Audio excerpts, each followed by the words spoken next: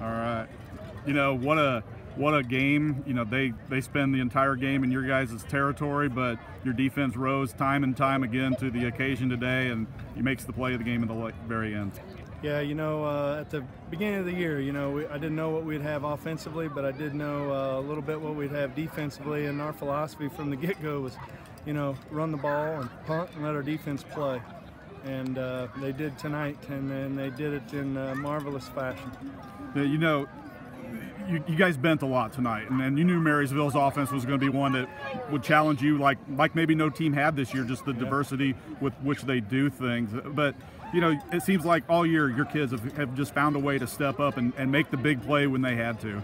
Yeah, you know, we started in 6, you know, and that our defensive philosophy is bend but don't break. I mean, they still got to put it in the end zone, so they outgained us, I'm sure, today, but again, they didn't outgain us on the scoreboard, and that's the philosophy behind the bend but don't break defense. Yeah, you know, you come out in the first drive of the second half, obviously is the key one of the game for you guys. It's the only one you guys really did a whole lot on today. What changed on that drive that hadn't been working the entire first half?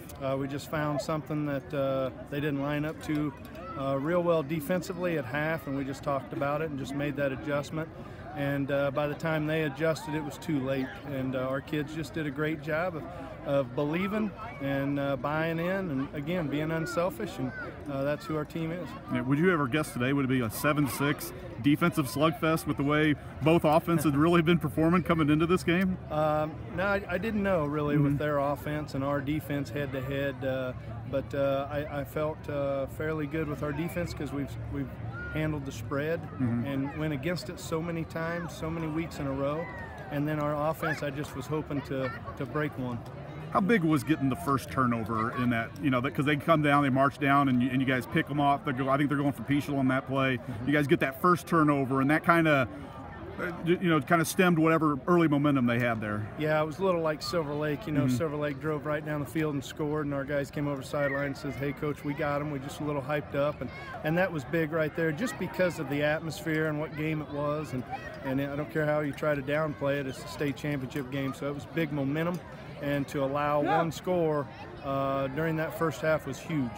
Was there ever a point where you wondered, man, can our defense keep doing this? Because I think every drive Marysville had in this game ended up in your guys' territory at some point. Well, you know, we talked about a lot of guys on our defense play one way, and we talked at halftime that they're going to wear down. They had a lot of guys playing both ways, and that kind of played into our hands at the end. You know, we just had a little more fresh legs. You know, first title for Sabetha since '97. You know, it's been a long time coming. Getting back to this point, we talked about the climb, the progress you guys had made. Yeah. Now to get back to the pinnacle, you know, just what does that feel like? You know, well, I just owe a lot to my dad. I owe a lot to John Garber, Matt Garber, Bill Buck from Marysville. I just owe a lot to them. So to give back to the community that gives so much back to us. It just means the world to me. Just the way the kids work, to have good guys can win, and guys that work really hard, it can pay off. All right.